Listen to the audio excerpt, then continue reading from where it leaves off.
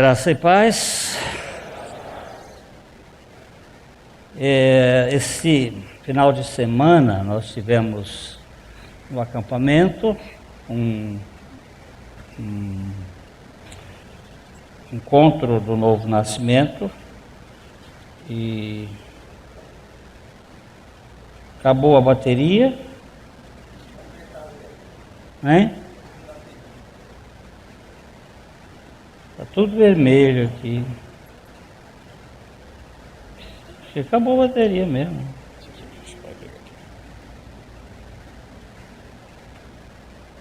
O jeito que está aí está igual a mim.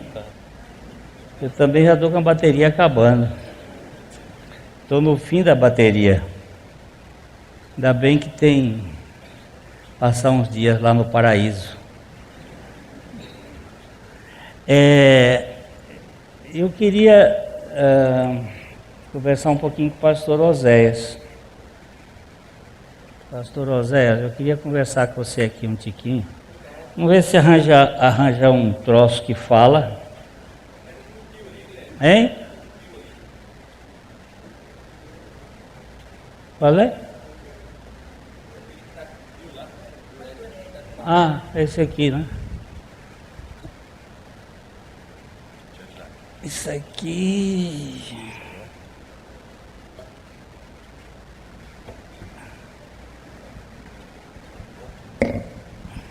Oséias Mendes Freitas. Isso é um maranhense que é um maranhense que tem alma de Piauí. Adotado pelo Piauí. E me sinto muito bem, por sinal. Tem que sentir bem. Ele não é dos piorão, não. Piauí, Maranhão. Não. Pastor Oséias, eu queria fazer uma pergunta para o senhor. Pois não. O que foi que Jesus Cristo fez para lhe salvar? Eu entendo e creio sim, que antes da fundação do mundo, no propósito da vontade daquele que faz todas as coisas, segundo o conselho da sua vontade, ele já foi imolado em meu benefício. No tempo do propósito de Deus, isto me foi revelado e me foi dado por graça, fé, para crer na minha inclusão no corpo de Cristo. Não pude e não posso fazer absolutamente nada. Mas Deus, que pode todas as coisas, fez tudo o que precisava ser feito para me salvar. Isto é graça. Você é um homem mesmo salvo? Creio plenamente na palavra de Deus, que Cristo me atraiu e me salvou. Me deu fé para crer nisto. E o que você está fazendo lá no Piauí, meu amigo? É do propósito de Deus também que a palavra de Deus seja pregada até os confins da terra. E lá é o confim da terra.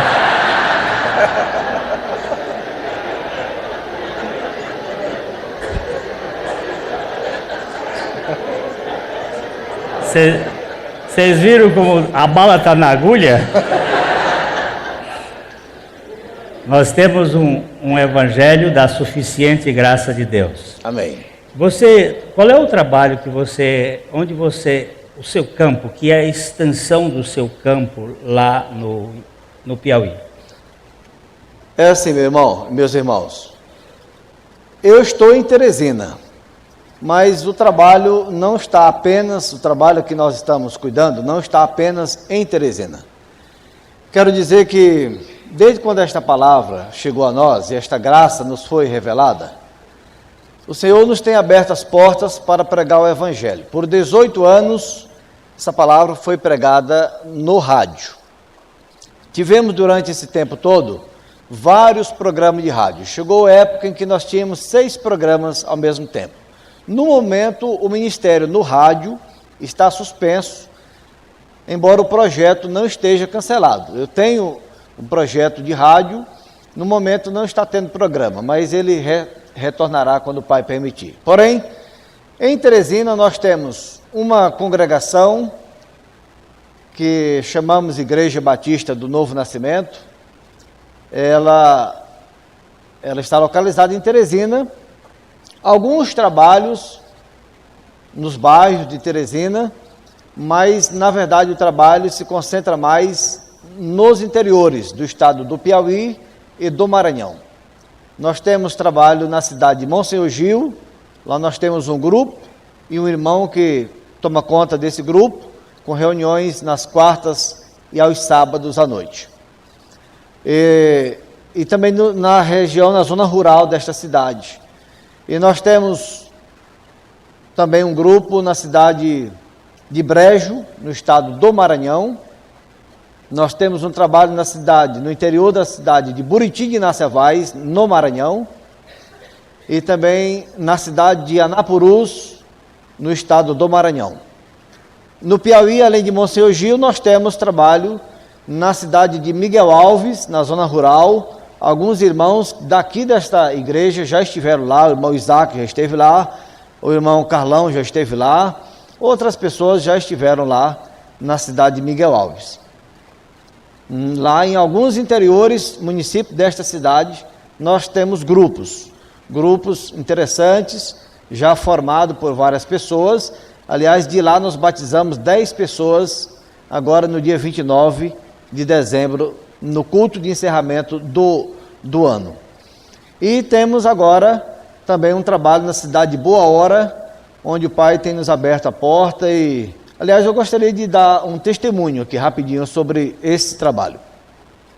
Nós temos um irmão que tem programa de televisão, o irmão já conhece, conversou com ele, o Padre Araújo. É um homem que começou a ouvir o Evangelho no programa de rádio há muitos anos e começamos a ter estudos com ele e durante esse tempo Deus tem trabalhado na vida dele e ele tinha muito desejo que a família dele também ouvisse essa palavra. Então a gente veio colocando isso diante do Senhor e agora no ano que passou o Senhor permitiu que nós levássemos a palavra a esta família. Uma família tradicionalmente católica que tinha uma certa resistência, mas quando levamos a palavra pela primeira vez, algumas das pessoas desta família se demonstraram interessadas e nós continuamos trabalhando com essas pessoas. Mas a mãe deste irmão, uma senhora muito arraigada dentro da doutrina católica, ela tinha muita dificuldade de ouvir o Evangelho.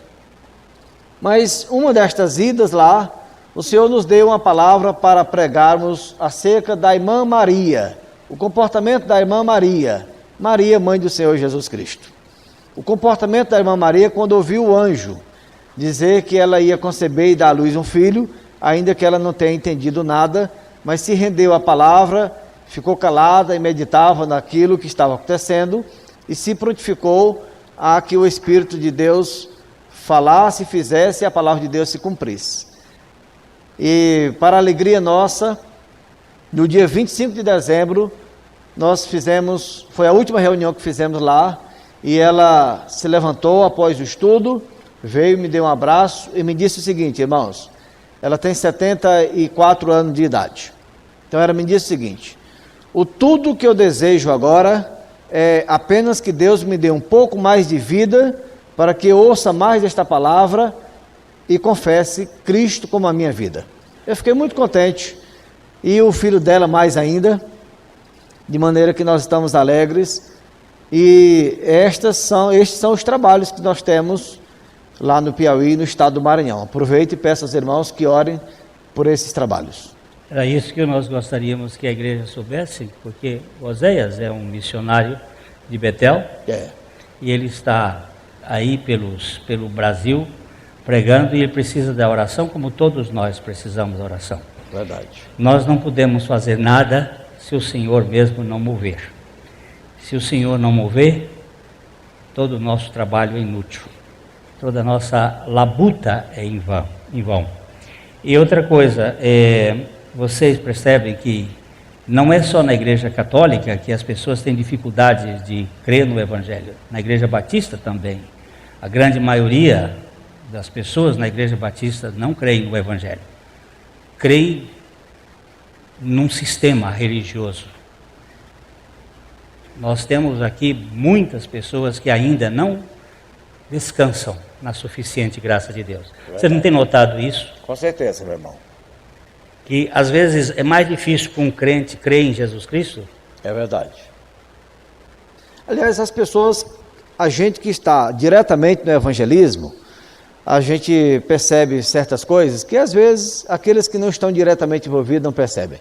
Mas nestes anos, a experiência que temos com o programa de rádio e com este evangelismo diretamente, tenho que confessar para os irmãos, quem mais tem dificuldade de descansar, de aquietar-se diante da palavra de Deus, são aquelas pessoas que já estão acomodadas dentro de um sistema, que pertencem a alguma denominação, que confessam alguma coisa, são as pessoas que mais resistem à palavra de Deus, ao evangelho da morte e ressurreição de Cristo e a nossa em Cristo Jesus. Essas pessoas são mais difíceis. Isso é bom a gente estar sabendo, porque muitas pessoas pensam que todas as pessoas aqui na igreja são nascidas de novo e não são. Tem muita gente que precisa de uma experiência de morte e ressurreição. E é por isso que nós não podemos parar de falar as mesmas coisas, bater nas mesmas verdades, insistir na mesma questão, porque se o coração não for trocado, é inútil toda essa questão. Já que você está abrindo a Bíblia, fala. Eu quero ler 2 textos da palavra de Deus. Atos, capítulo 14, verso 27. A igreja de Antioquia, ela mandou Paulo e Barnabé pregarem o evangelho. E eles fizeram uma viagem chamada a primeira viagem missionária de Paulo. E quando eles retornaram, no verso 27, diz que quando chegaram e reuniram a igreja, relataram quão grandes coisas Deus fizera por eles e como abrir a porta da fé aos gentios. Isso que eu estou fazendo aqui com os irmãos, em parte, é relatar para os irmãos como Deus tem aberto as portas e o evangelho tem sido pregado, este evangelho da suficiência da graça de Deus. Irmãos, não tenho pregado uma graça adicionada a qualquer outra coisa. Não tenho pregado uma graça que precise de mais alguma coisa da nossa parte. Tenho pregado uma graça que é plena, que é suficiente, que nos alcança, que nos chama, que nos convence, que nos revela, que nos dá fé para crer, que nos sustenta, que nos conduz, que nos salvou, está nos salvando e certamente nos salvará. Até que toda a obra esteja completa, tudo é pela graça. E em Romanos, capítulo 15, no verso 15, a palavra nos alegra dizendo assim: mas, irmãos, em parte vos escrevi mais ousadamente, como para vos trazer outra vez isto à memória, pela graça que, por Deus, me foi dada. Isto que o pastor Glênio falou assim, é preciso repetir aquilo que Paulo diz aos filipenses, que para ele não era penoso dizer as mesmas coisas. Nesse texto, nós vemos também Paulo dizendo não só aos filipenses, agora aos romanos, e a nós também. O intuito desta carta era para trazer à memória aquilo que já era do conhecimento deles. Era para lembrar que nós já sabemos que o nosso velho homem foi com ele crucificado para que o corpo do pecado fosse destruído, desfeito, para que não sirvamos mais ao pecado. Isto precisa ser dito, sabe, irmãos? Há muitas pessoas, no meu trabalho, há pessoas que há mais de 10 anos, ouvem esta palavra e ainda não demonstram descanso, uma confiança, uma experiência verdadeira. Porém, há pessoas que, com bem menos tempo, já estão confessando e já demonstram ter uma experiência. Eu entendo que isto é assunto do Senhor. O tempo é dele, mas o dever de dizer, de repetir, é nosso. Aliás, com relação à questão de tempo, meu pastor Glenn, me permita contar isso bem aqui. Há alguns anos, eu tive o privilégio de levar o evangelho a uma pessoa que estava com deficiência mental, estava isolado numa área rural, na propriedade do pai dele. E quando eu falava para ele que Cristo nos atraiu, então ele não entendia nada e chegava a dizer assim, quando eu dizia, olha Valdemar, Cristo nos atraiu, ele dizia, ele traiu? Não, ele nos atraiu para ele. Tentava demonstrar isso com gestos. Então ele dizia assim, olha pastor, aqui atrás da nossa casa tem um riacho, tem delas desse tamanho. Não, Valdemar, mas não é traíra. Eu estou dizendo que Cristo nos atraiu. Isso para que os irmãos percebam o grau de deficiência que estava naquele moço. Mas Deus teve misericórdia e a Bíblia diz, o profeta Isaías, que nem os loucos errarão o caminho que será para os caminhantes. E a prova é Deus ter misericórdia dele. Aquele rapaz creu pela graça. Hoje ele é um evangelista auxiliar nosso e tem sido muito útil nesse trabalho. Pois bem, naquela época o pai dele se opôs e criou muitos obstáculos, o que eu entendo que aquilo tudo cooperou para o crescimento daquele irmão. Mas o pai dele foi muito inimigo desta mensagem. Mas agora, este ano que passou, mais ou menos pelo mês de outubro, eu fui lá na cidade dar assistência ao grupo e quando eu cheguei, encontrei o pai dele. E o pai dele me disse assim, ô pastor Oséias, boa tarde, que novidade o senhor nos traz? Aí eu lhe disse assim, o evangelho de Cristo. Não há nada mais novo que o evangelho de Cristo. Ele disse, então me diga alguma coisa do evangelho de Cristo. Eu disse, seu Valdemar, é Valdemar o pai e é Valdemar o filho também. Então eu disse, seu Valdemar, Jesus diz que aquele que não nascer de novo não pode ver o reino de Deus.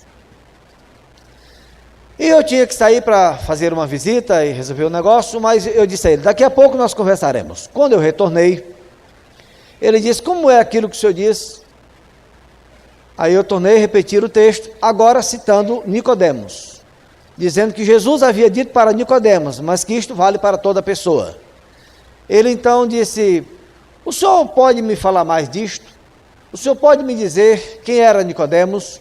Irmãos, daí nós sentamos, o Valdemar Filho nos chamou para jantar, e aquela conversa teve um breve intervalo, e na hora que nós estávamos jantando, ele entrou, sentou e disse assim, não quero atrapalhar a sua janta, mas quando o senhor terminar aí, me fale mais sobre Nicodemos. E então, mesmo jantando, eu comecei a conversar, continuei contando aquela história. Irmãos, foi uma experiência, assim, ímpar, até então. Porque a sensação que nós tínhamos é de que algo entrou diferente dentro daquela sala, e não era só eu que sentia, a minha esposa e o Valdemar Filho, a esposa dele, e os nossos filhos. Chegou ao ponto que ele me disse assim, há 50 anos atrás, pastor Jonas Macedo, para que vocês entendam, pastor Jonas Macedo foi um evangelista, um pastor, um missionário, um pregador do evangelho, que viajou quase o Piauí inteiro, montado em lombo de burro, e evangelizou muito aquele estado. Então ele me disse assim, há 50 anos atrás, o pastor Jonas Macedo me pregou o evangelho, e eu não fiz caso. O missionário americano, o pastor Morgan, me pregou o evangelho, há 50 anos atrás, mas eu não fiz caso. Mas quero lhe fazer uma pergunta. Deus interessa em alguma coisa que sobrou de um homem com 72 anos, embora que só reste um caco de homem? Eu disse a ele, interessa. Contei até a ele assim, Deus chamou um homem ainda na sua juventude, foi uma bênção, Charles Spurgeon. Mas Deus também chamou e tratou de um homem que estava na cruz e que viveu pouco tempo depois da sua confissão e partiu deste mundo. Os propósitos de Deus são muito acima dos nossos pensamentos. Ele se levantou e veio, me abraçou e pediu oração, e veio o filho dele, veio a minha esposa e a esposa do filho dele, e nos abraçamos e oramos, e a impressão que nós tínhamos era que aquela sala estava cheia de alguma coisa que nós não entendíamos, mas que estava diferente, estava, posso confessar para vocês. Não sou sensacionalista, não sou tão emotivo, mas posso dizer com certeza, havia assim um negócio diferente. E depois que nós oramos, aquele homem pediu que continuássemos a clamar a Deus pelo seu novo nascimento. E de lá para cá, ele tem recebido a palavra, estamos trabalhando e ele está confessando Cristo Jesus. Mas naquela noite eu voltei para casa, irmãos, numa situação que eu nunca voltei de uma viagem, das muitas que tenho feito, nunca voltei para casa naquela condição, tomado por uma alegria tão grande, um negócio assim, que eu tenho para mim, que aquilo ali foi um derramamento do Espírito do Senhor, naquele dia, naquela hora, naquela casa. Sabe Deus por quê? Sei que o Espírito aqui convence o homem do pecado, da justiça e do juízo. E não há fé se não houver convencimento da parte de Deus. Então esse foi um compartilhamento, devo ter tomado muito tempo do irmão, mas... Não, você pode ficar continuando falando. Eu estou sendo edificado. Mas foi assim uma experiência muito marcante. Neste ano de 2013, por algum lado, de alguma maneira, foi um ano muito tumultuado, muito difícil. Você queria que acabasse o ano que... Na minha opinião, o ano de 2013 teria acabado já tarde demais, pelo mês de março, abril, maio, no mais tardar. Teria ido tarde. Ele disse que ele não bota no rádio dele. Não é superstição, irmãos, mas é algo que eu não sou hipócrita, eu não posso esconder nada. E isso é uma coisa que tem brotado em mim assim. Quando eu entro no carro e ligo o som, então, se o som está muito alto ou muito baixo, de alguma maneira eu tenho que regular. Se ficar no número 13, não vale. Ou 14 ou 12. Mas 13 eu não aceito. Não, senhor. Este ano de 2013 foi assim, um ano, sinceramente, irmãos. Porém... Isso tudo é porque é o número do PT. Ele é antipetista. É verdade, mas por outro lado, irmãos, foi um ano assim de experiências extraordinárias, foi um ano marcante, foi um ano em que eu entendo que essas coisas desagradáveis, provações, dificuldades, isso tudo a gente leva lá para Romanos 8, 28, como é que diz lá? E sabemos que todas as coisas cooperam para o bem daqueles que amam a Deus, daqueles que são chamados segundo o seu propósito. Pode até não ser para o bem de todo mundo, mas daqueles que amam a Deus. E que amam porque foram chamados, porque Deus tem um propósito, sim. Então, rendemos graças a Deus também por essas dificuldades, mas assim, eu encerrei o ano dando graças a Deus por tudo que nos aconteceu, e principalmente porque o Evangelho foi pregado a muitas pessoas, e vimos pessoas serem quebrantadas, serem convencidas por Deus e confessar a Cristo. Vimos pessoas chegarem-se com mais afinidade para a palavra. Foi um ano que eu ouvi, talvez o ano que eu mais visitei. E nestas visitas foram as experiências mais preciosas, porque ouvi como nunca irmãos e irmãs, mesmo aqueles mais simples, mas ouvi testemunhos, ouvi relato de experiências deles com esta graça, com este entendimento da soberania de Deus, com este entendimento de que não há em nós nada que possamos fazer para merecer, e nem mesmo para ajudar, para dar uma cooperada com o Senhor. Não há nada.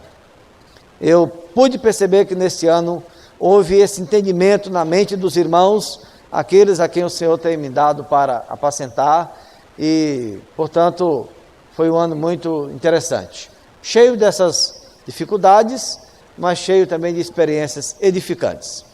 estou compartilhando isso com os irmãos dentro do tempo que está me sendo permitido e porque de alguma maneira a gente se considera parte daqui também, porque foi daqui que partiu esta mensagem que chegou a nós lá no estado do Piauí. Às vezes, brincando com os irmãos, eu até digo para eles assim que eu vou a Londrina, eu vou a Jerusalém brasileira, de alguma maneira, embora saiba que em Jerusalém também tem dificuldades, e que em Jerusalém também tinha muita gente que não cria, eu sei disso, mas sou muito grato a Deus por vocês, por esta igreja, pelo pastor de vocês, e nosso pedido diante dos irmãos é este: orem pelo trabalho que temos feito, porque não há em nós capacidade alguma, mas há no Senhor todo o poder e toda graça para nos habilitar, nos capacitar e fazer o seu nome bendito. Queridos, graça e paz, muito obrigado pela atenção, ao pastor Glênio também, que Deus os abençoe, mas não arredem o pé disto. Cristo crucificado, propósito de Deus para nos levar ao seu reino. Muito obrigado, pastor Glênio. O grande defeito dele, o maior de todos, é ele ser flamenguista. Agora para aí. Todo congresso, ele mexe comigo. Quando ele vai a Teresina, ele provoca. Neste congresso agora, eu não ouvi uma provocação, não ouvi um pio do torcedor do Fluminense. Porque não tem autoridade alguma. O meu time levantou título no ano que passou. O dele teve que levar lá para uma sala de reunião extra. Teve que liberar verbas para votarem de 5-0 e depois de 8-0. Para isso aí, conversa. O evangelho é bom porque ele é livre e não tem peia. Essa semana eu recebi um e-mail que diz assim: amado irmão Glênio, graça e paz. Vi no YouTube a mensagem de Cristo em mim, ponto com você, que trata do assunto sobre depressão. Gostaria de agradecê-los por tratarem de um assunto tão delicado e tão difícil como este. As dificuldades me fizeram olhar para mim mesmo. E aqui, depois que assisti o vídeo na internet, pude enxergar que havia perdido o foco de Cristo. E por isso meu estado passou a ser depressivo. Contudo, graças a Deus, percebi que preciso ter sempre em foco Cristo crucificado, que é a cura para a minha depressão. Quando o irmão Alexandre disse da obra de Deus em nossas vidas, tive a sensação de ouvir: a obra de Deus é esta, crede naquele que por ele foi enviado. E quem é este que devemos crer senão Jesus Cristo, o Senhor? O telescópio de Deus está sempre apontando para Jesus, pois não há nada mais que nos interesse ver no universo inteiro, senão o Filho do Altíssimo. Que bom me fizeram aqueles 30 minutos de mensagem. Depois assisti no site da Primeira Igreja Batista um testemunho dos irmãos Ulisses e Sandra sobre o trabalho que fazem entre os pastores do Paraguai, Bolívia, Argentina, Chile. Então percebi que meus problemas não são nada em relação àqueles que estão difundindo a palavra de Deus. Então me questionei: por que tenho me preocupado tanto com as dificuldades no meu trabalho? A responsabilidade desses irmãos e dos irmãos é muito maior do que a minha. Mediante tudo isso, peço encarecidamente, em nome de Jesus, nunca deixem de difundir essa mensagem maravilhosa e libertadora de Cristo. E este Cristo crucificado, pois esta tem libertado-me de mim mesmo. E se Deus tem feito isso comigo, imundo, pecador, por natureza, mas salvo pela graça de Deus em Cristo Jesus, o que não poderá fazer por outros irmãos que não são piores do que eu? Por favor, em nome de Jesus Cristo, peço, não deixem jamais de dizer esta verdade. Tudo escrito agora com letras maiúsculas. Um grande abraço e muito obrigado por tudo. Mesmo sem vocês saberem, estão ajudando a este mendigo espiritual. Amo muito vocês todos em Cristo, da igreja. Fábio Belafronte Batista.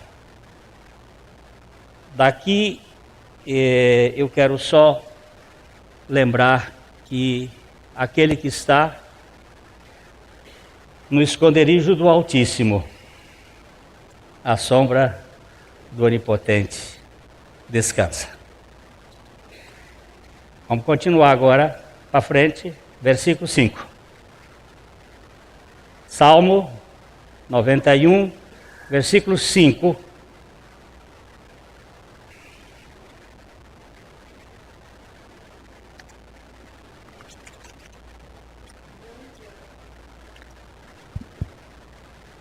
Não te assustarás do terror noturno, nem da seta que voa de dia, nem da peste que se propaga nas trevas, nem da mortandade que assola ao meio-dia. Vamos voltar agora para o início do Salmo. Vamos pegar a cascata das ideias do Salmo 91. Lá do primeiro versículo, O que habita no esconderijo do Altíssimo e descansa à sombra do Onipotente, diz ao Senhor: meu refúgio e meu baluarte, Deus meu em quem confio. Onde é o esconderijo do Altíssimo? Em Cristo Jesus. Aquele que está escondido em Cristo Jesus, ele tem a proteção de Deus em Cristo Jesus. Aquele que habita no esconderijo do Altíssimo, ele diz: o Senhor é o meu refúgio, é o meu baluarte, em quem confio. E eu só confio nele porque ele me deu fé para confiar nele. Porque se ele não desse fé, eu também não ia confiar. Ele é o autor e o consumador da fé. Aí o verso seguinte diz: pois ele te livrará do laço do passarinheiro e da peste perniciosa. Ele é aquele que nos livra do laço do passarinheiro e da peste perniciosa.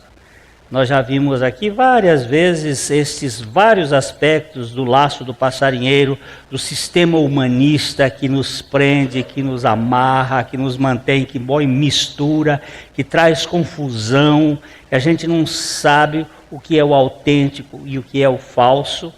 E ele vai nos livrar também da peste perniciosa. Vimos várias pestes perniciosas que existem. Agora, o verso 4... cobriste-a com as suas penas, e sob as suas asas estarás seguro. A sua verdade é pavês e escudo. Nós estivemos vendo também esse lado, que é a proteção e a segurança que os filhos têm, como a galinha que junta os seus pintinhos debaixo das suas asas e mantém-os debaixo seguros. Só que a galinha, ela é finita, ela é impotente, ela não tem essa possibilidade de proteção, mas o Deus Altíssimo é todo poderoso. Então aquele que está debaixo do cuidado paterno de Deus, esse vai ter uma segurança. Ninguém tira aquilo que Deus dá. Ninguém pode roubar a vida daquele filho de Deus.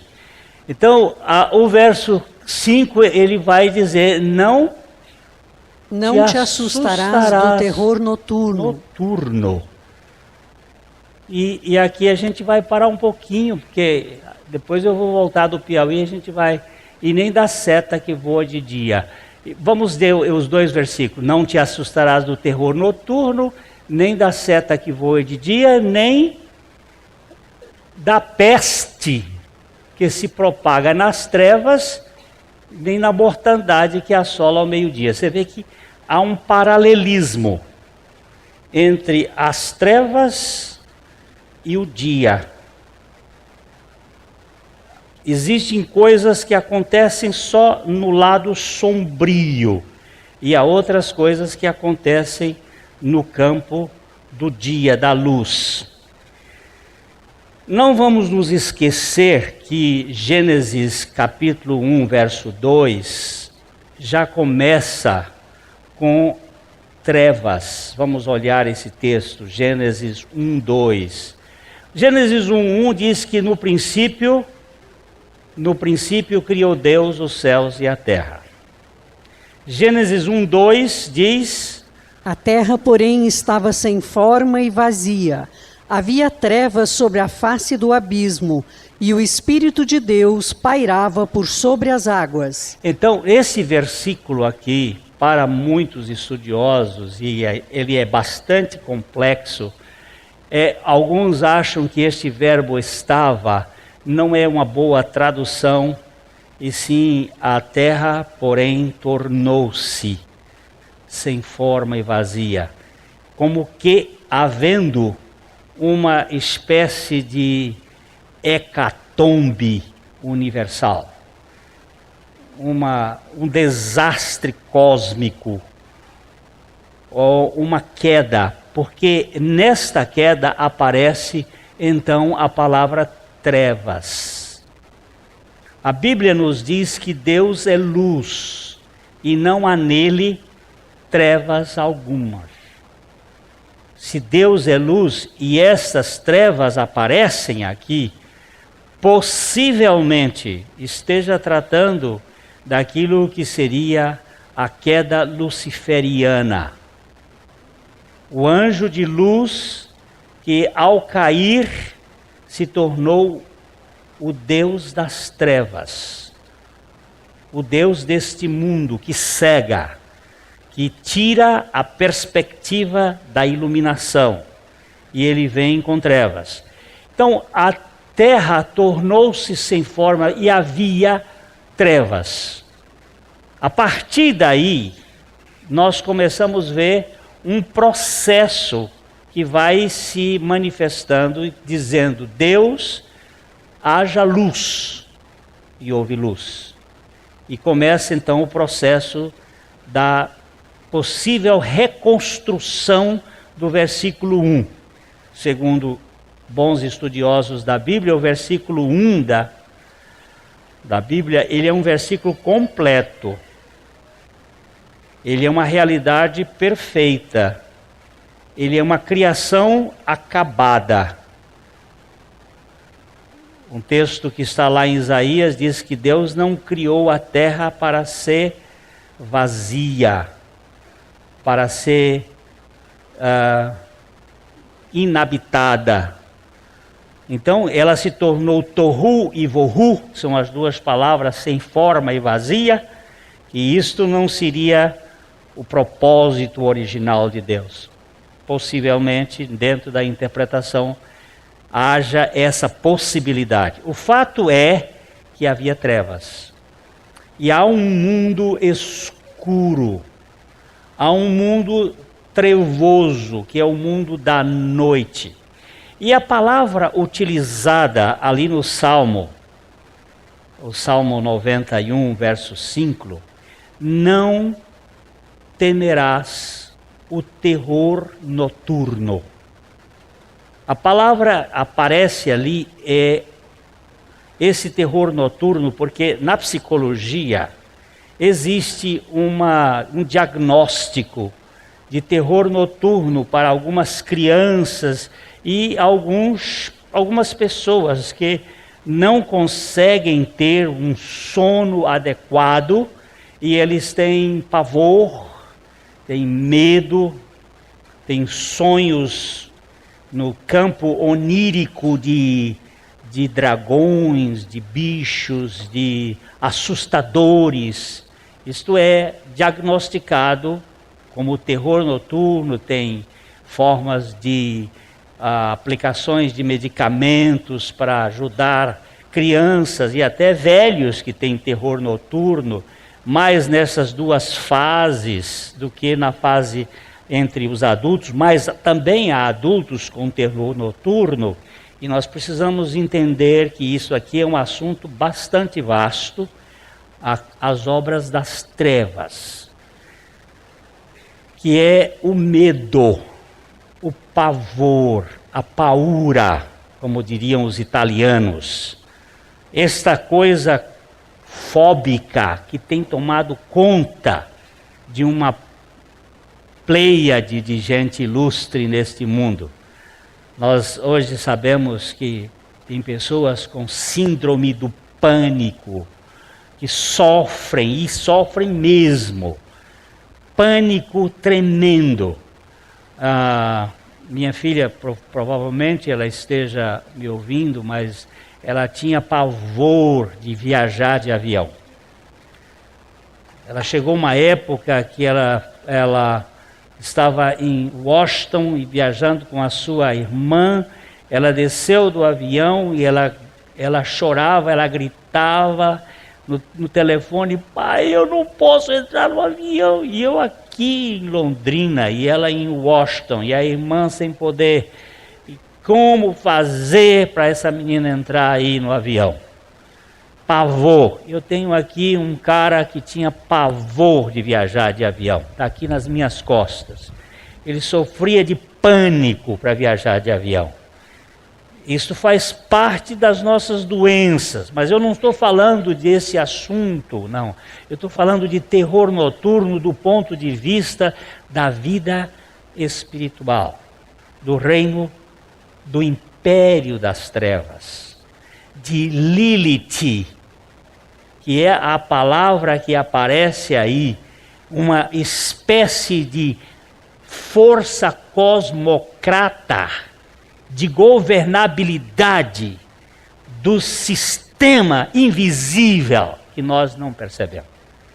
E é aí que nós temos dificuldades, porque nossa mente ela é uma mente tridimensional.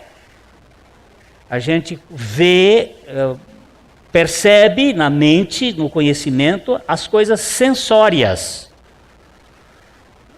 São Tomás de Aquino dizia que nada existe no nosso intelecto que não tenha passado primeiro pelos nossos sentidos. Essa era a forma da escolástica entender, mas de certo modo está certo. Nós vemos, pegamos, sentimos, os sentidos conduzem e nós formamos imagens a partir dos nossos sentidos.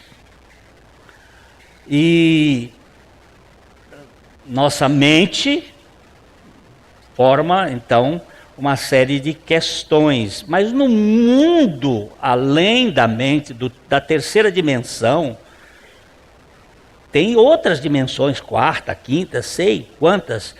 O doutor Júlio disse que ouviu um documentário ou um artigo que ele viu em que os cientistas já falavam em cerca de 500 dimensões. É dimensão que não acaba mais. Eu sei que o que nós conhecemos é só comprimento, altura e largura. Mas o pastor Oséias falou há pouco aqui que ele estava naquela sala na casa do Valdemar Filho, e de repente como que uma atmosfera de uma realidade espiritual tomou conta.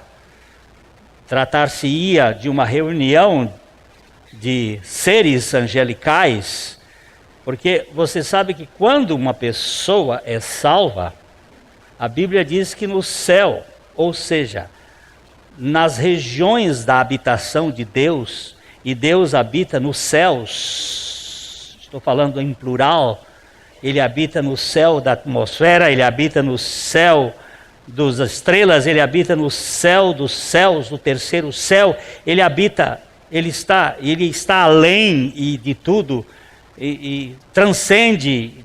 Nossa cabeça não consegue, a gente usa categorias limitadas para explicar alguma coisa, e nesse campo aí tem coisas que são tremendas, coisas que nós nem percebemos, tanto do ponto de vista do que é bom, como do ponto de vista do que é mal.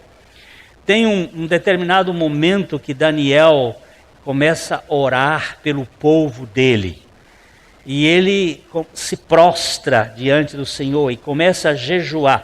O jejum sempre está atrelado à oração. Não é ele jejuava e orava. Ele orava e porque orava não comia. E ele estava muito intensamente querendo saber qual era a vontade do Senhor para o seu povo de Israel que estava no cativeiro da Babilônia. E ele foi enfraquecendo ao ponto de, depois de 21 dias de jejum e oração, ou de oração e jejum, ele caiu. E na hora que ele estava ali prostrado, apareceu uma figura, em termos de homem, figura como se fosse um homem, mas tratava-se de Gabriel, um anjo, e ele disse: "Oh, meu amado, desde o primeiro dia que te aplicaste a orar e a buscar, as tuas orações foram ouvidas, mas houve uma guerra lá no céu, e entre os príncipes da Pérsia e Miguel, eles estão brigando. Miguel é o querubim da guarda responsável pela economia de Israel. Dentro dos projetos de Deus tem essas divisões. Eu não sei explicar muita coisa, só o que a Bíblia diz, e eu não sei como é essas funções. Mas eu sei que a Bíblia diz que a nossa luta não é contra carne nem sangue, mas é contra principados, potestades, forças espirituais da maldade nos lugares celestiais. Então por aí tem coisas que a gente nem tem noção. E Gabriel vem e diz: olha, você pode ter certeza que vai acontecer, e ele começa então a dizer o que ia acontecer, mostrando a vinda do Messias e a obra que havia de vir, a crucificação e tudo aquilo que ia acontecer, e diz assim: olha, e eu vou voltar porque o príncipe da Grécia já está vindo para entrar nesta guerra, e Miguel está sozinho, e eu tenho que entrar nessa guerra. É como se o céu rasgasse um pouquinho assim para a gente enxergar o que acontece nesse mundo espiritual. É um mundo à parte que a gente muitas vezes não tem parâmetros para fazer avaliação. E aí tem umas coisas chamadas terrores noturnos, ou o pânico que opera no homem desabitado do esconderijo do Altíssimo.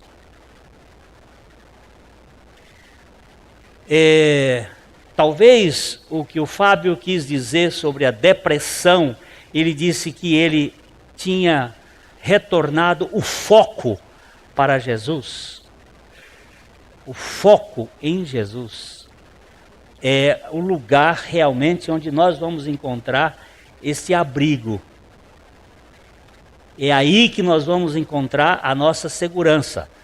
Mas este terror noturno trata-se de forças espirituais que nos levam ao medo da morte, medo do fracasso, medos mais difusos possíveis que nos entravam a vida, a alma. Nós fomos fazer um curso nos Estados Unidos há uns 2 anos atrás, e Dr. Derrick, um dos professores, ele disse que foi dar um curso lá numa cidade dos Estados Unidos. Eu não sei se alguém se lembra qual era a cidade daquela moça que ela veio procurá-lo depois e disse assim: minha bisavó foi estuprada, minha avó foi estuprada, minha mãe foi estuprada e eu serei a próxima. Há uma cultura das trevas que mantém famílias inteiras debaixo de opressão.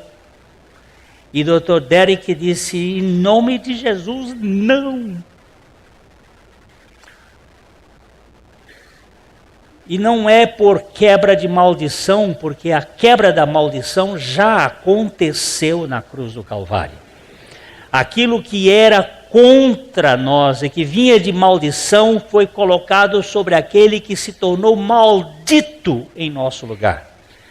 E Dr. Derek então orou com ela, colocando-a sob os cuidados do Senhor Jesus. E ela recebeu aquela imposição da graça de Deus sobre a vida dela. E 2 anos depois, o Dr. Derek esteve lá e ela chegou para ele e disse: eu não fui estuprada, estou casada. E Deus quebrou este elo da maldição das trevas sobre a minha vida. Nós às vezes minimizamos estes assuntos. Nós às vezes levamos isto como coisa normal, mas existe uma cultura neste mundo, porque a Bíblia diz: o mundo está posto, o mundo jaz no maligno. E esse sistema é um sistema de muito medo. O próprio Jó disse assim: aquilo que eu temia, aquilo de que eu tinha medo, acabou me acontecendo. É neste campo que nós precisamos ser tratados, desses medos de uma cultura satanista que leva as pessoas. Quando eu falo satanistas, entenda, tem uma cultura diabólica e tem uma cultura satanista. A diabólica é mais das trevas, a satanista é mais do lado da luz. Porque Satanás é o enganador, ele se finge de anjo de luz, ele se apresenta como uma coisa boa, mas ele é enganador e a sua premissa principal é a justiça. Ele quer uma moralidade justa, ele não se propõe a pregar a graça. Todo o sistema justicionário, ele é um sistema de escravização. Lógico que no reino de Jesus Cristo vai ter moral, mas é uma moral movida pela graça libertadora, onde todas as coisas nos tornam lícitas, mas nem todas nos convêm. Por que não nos convém? Porque nós somos governados por um amor incondicional de Deus. E o cumprimento da lei é o amor, e não simplesmente o pé da letra. Então nós vamos ter que entrar nesse assunto, e é um assunto que vai demandar algum tempo para nós vermos que Deus, na sua infinita graça, Ele nos cobre com as suas asas e nos protege em Cristo Jesus e nos livra deste terror noturno, que é uma desgraça sobre muitas vidas. Há muitos pais que alimentam nos filhos esta doença da fobia, do medo, e fica conversando sobre isto dentro da sua própria mesa. Uma coisa, isso pode acontecer, isso não pode acontecer, eu tenho medo. Eu não tenho medo, porque no amor não existe medo. Antes, o perfeito amor lança fora todo medo. E aquele que é aperfeiçoado no amor não vive debaixo do medo. Vocês se lembram que o primeiro sentimento do homem pós-pecado foi... Vamos dar só uma olhadinha rapidinho para a gente terminar.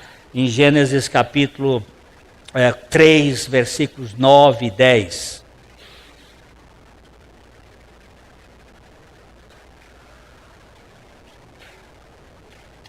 E chamou o Senhor Deus ao homem e lhe perguntou: onde estás?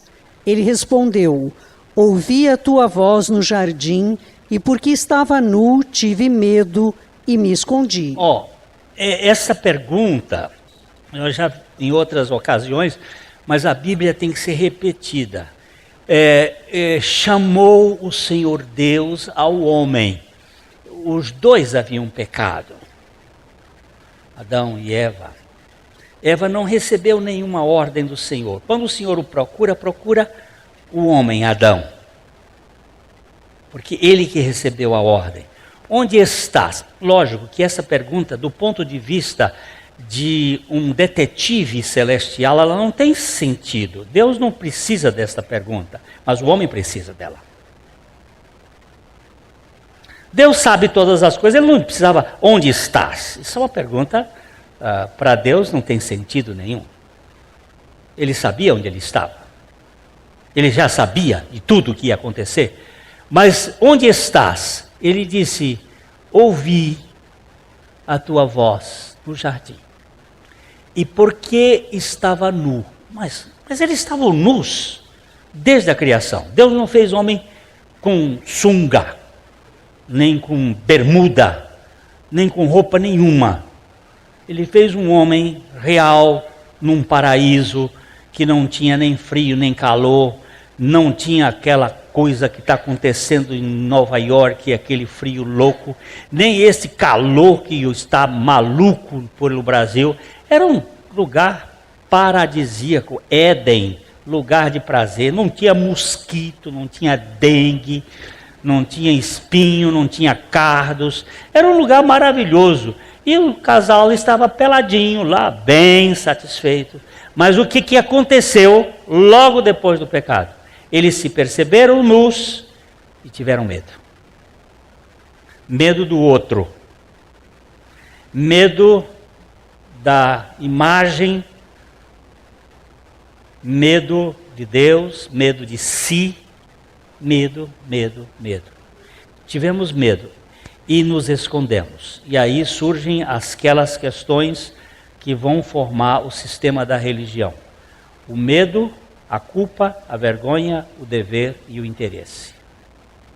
Isso aí movimenta todo o mercado da religião. E aí as pessoas começam a trabalhar em cima disso. Eles tiveram medo porque estavam com vergonha. E a vergonha é exatamente esse estado de não se sentir aceitos, adequados.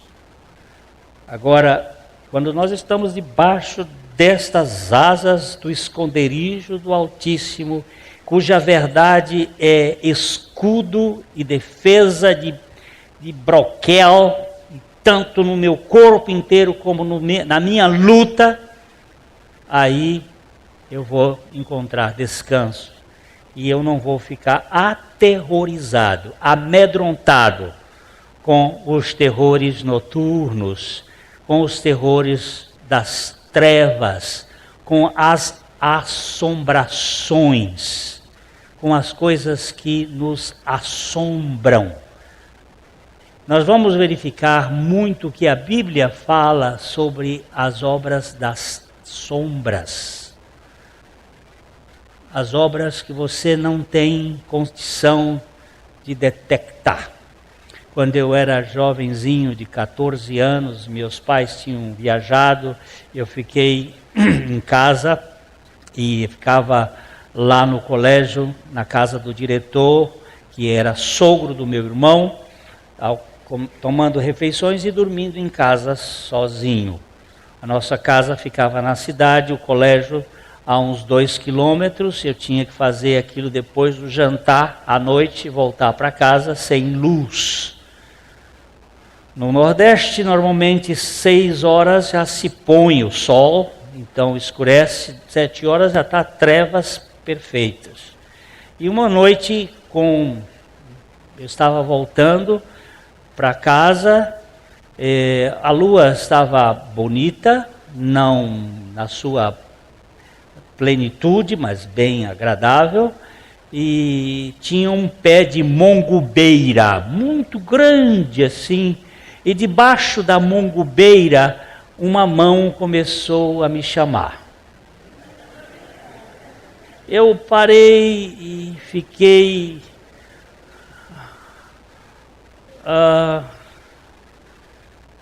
pensativo, o que será aquilo? De repente a mão fez de novo assim. Eu me arrepiei todo, eu fiquei todo arrepiado, e agora eu tinha medo de virar as costas e voltar correndo para a casa do Dr. Moraes, porque aquele negócio podia me pegar. E eu também tinha medo de ir para frente. E eu fiquei ali por um tempo paralisado, e eu disse, mas aqui ninguém nesse local vem. Naquele tempo não tinha automóveis, não tinha ninguém. Isso é 1958,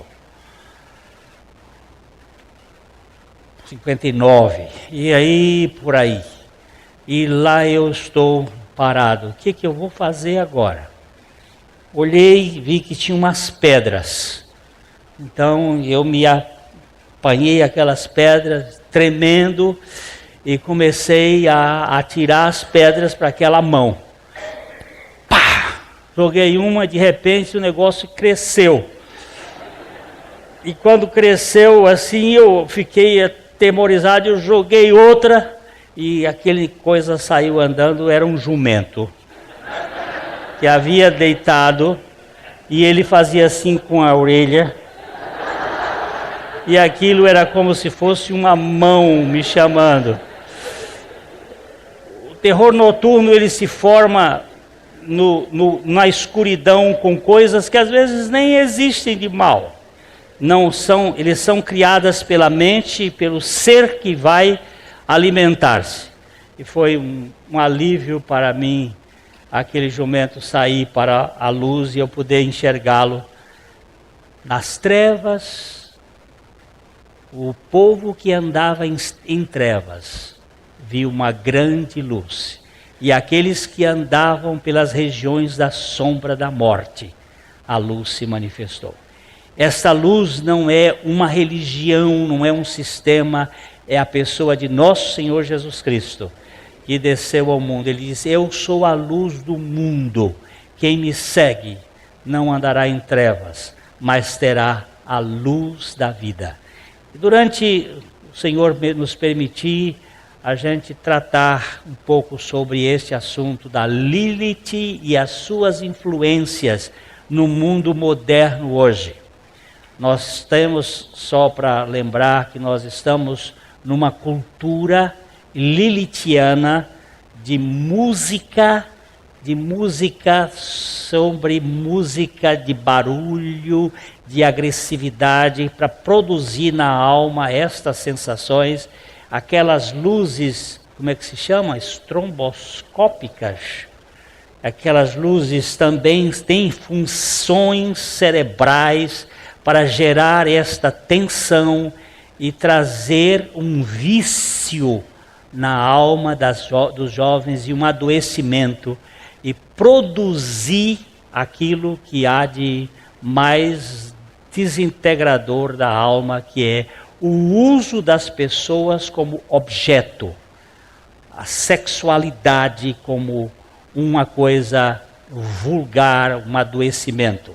É lilithiano isto. Isto faz parte, e eu vou só dizer para vocês que isto é feito em laboratório do mundo das trevas para manter as pessoas adoecidas.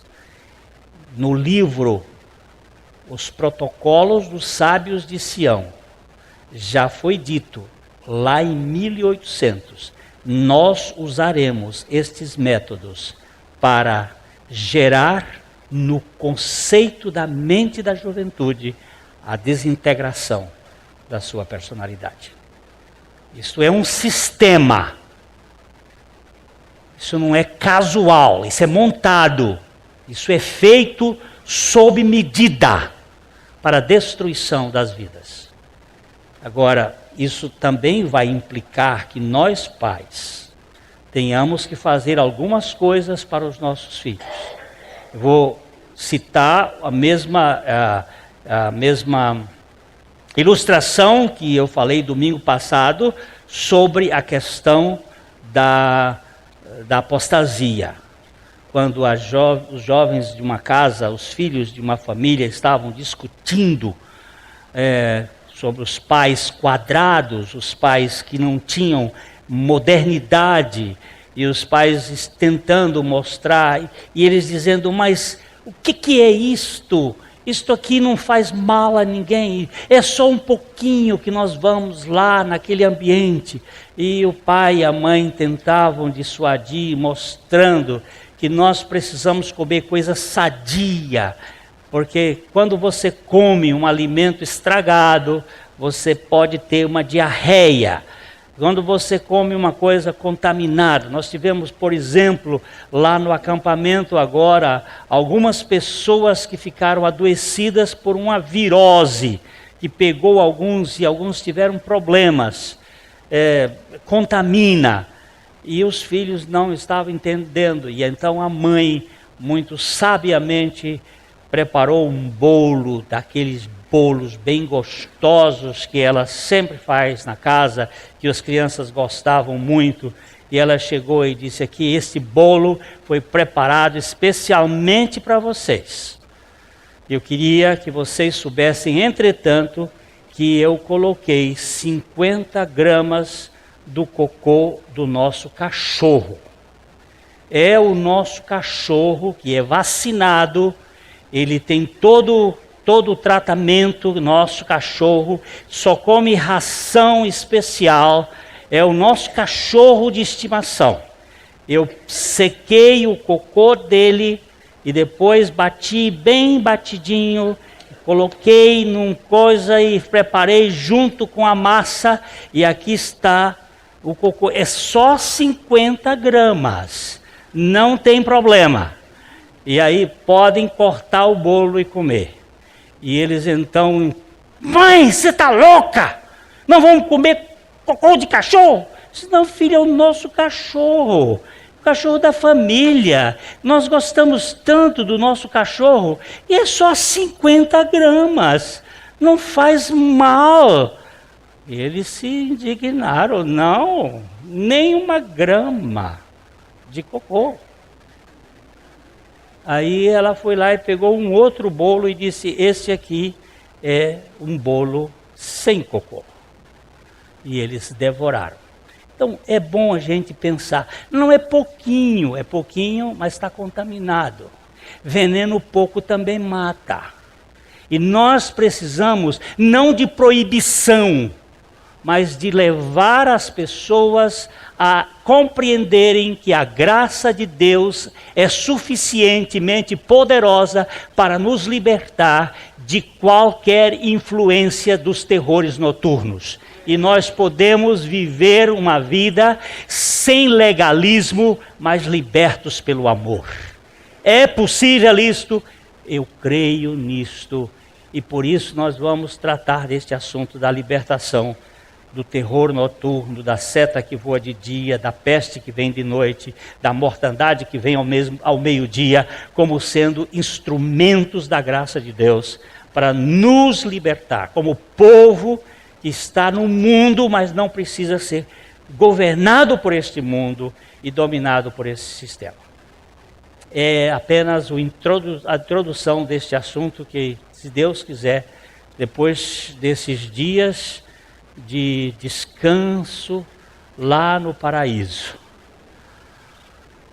terra abandonada ninguém gosta daquilo, mas eu tenho um certo prazer quando eu vejo o povo de Israel chorar na Babilônia por Israel, eles chorar dizendo: a nossa alma nem consegue cantar as cantigas do Senhor na terra estrangeira. Vocês não sabem como aquilo faz bem para mim. A minha origem matuta, do meio do mato, de ficar vendo preá, vendo bichinho, vendo coruja de noite, tendo assim prazer de estar lá no sertão. Aquilo se me perguntarem assim, você prefere ir para o Piauí ou para Paris? Sem dúvida nenhuma para o Piauí. Agora, se perguntar para minha mulher, ela diz para Paris. Aí eu não posso dizer nada, porque ela tem o seu gosto, mas eu vou dizer para vocês, orem por nós. Quando eu voltar, dia 9, eu gostaria de conversar com a igreja no domingo de manhã, porque nós precisamos acertar algumas coisas. A gente vai chegando com o tempo, vai ficando mais cansado, mais velho, e bordoada dói. Não chega um tempo que o cara lá deu um tapa nele, caiu, depois quebrou a perna, o Anderson, e eu não quero chegar a esse ponto.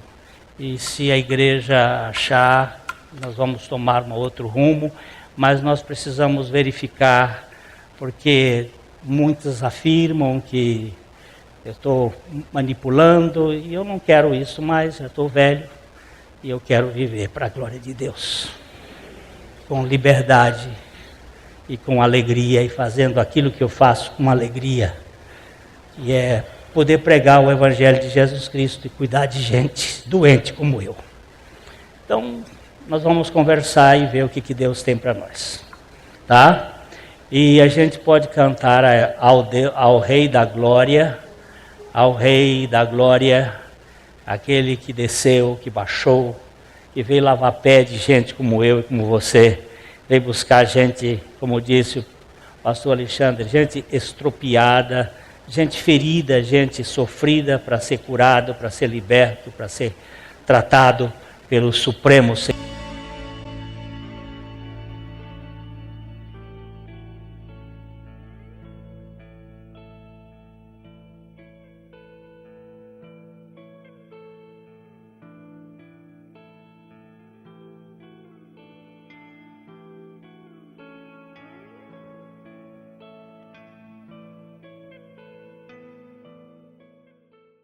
A mensagem que você acabou de assistir faz parte do Ministério de Comunicação Palavra da Cruz. Temos um grande acervo de estudos bíblicos em áudio e vídeo.